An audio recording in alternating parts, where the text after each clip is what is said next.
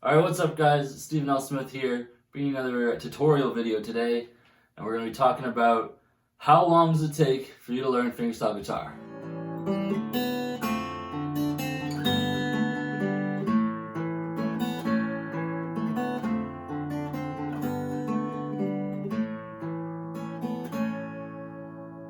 So the first thing is, what is fingerstyle guitar?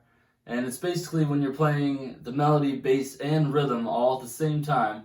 So that's going to make your left hand work a little bit harder, and it's definitely going to make your right hand. The main difference is going to be your right hand. If you've already been playing guitar, and you can play your left hand, you can play your chords, and you can strum, and you can do that, all that, learning fingerstyle won't be too bad, okay? But if you're an absolute beginner, then you're going to have to learn the left and the right at the same time. It won't take too much longer. Okay, so as a general kind of guide to how long does it take for you to learn fingerstyle guitar, if learning fingerstyle guitar means you can play a rather basic song, then it'll probably only take you about 3 to 6 months to be able to play that. It'll take a little longer to master it, but you'll start being able to hear the whole song and you'll be able to play with a few mistakes in between. But I'd say about 3 to 6 months. That's kind of assuming you only practice, 30 to an hour every day. Maybe your practice isn't that focused.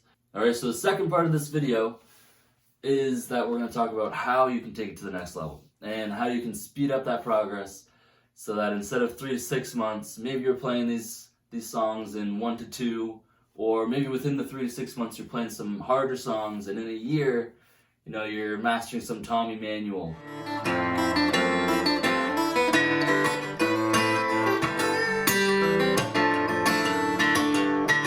Or, something like that. Alright, so let's get into it. Okay, so the first thing you want to do is set time for your practice. Once you have a schedule, you're not going to miss practice as often, and it'll be a lot easier when we add some more time to your practice. Okay, so if you have a schedule, maybe you play 30 minutes in the morning, and then 30 minutes at night. That's kind of the way you want to think. You want to set time for your practice, and you want to stick to that schedule. Another part of scheduling your practice is that you want to break it up. If you're going to play, 3 hours in a day or something, you're not going to sit down and just bang out 3 hours straight. The best way is to split that up. Maybe 3 one-hour sessions throughout the day.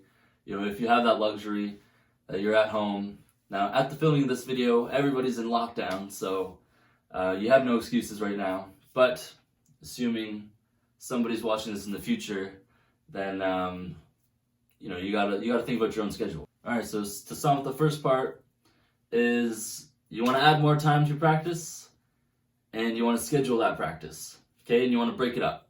All right, so the second part is that you're going to want to play songs that are a little bit harder, where you're working on things that your mind can't wander. If you're learning a brand new song, like some new fingerstyle piece, there's no way that you can think about what's for lunch or what's for dinner out in the future. Okay, you're going to be focused entirely on that piece.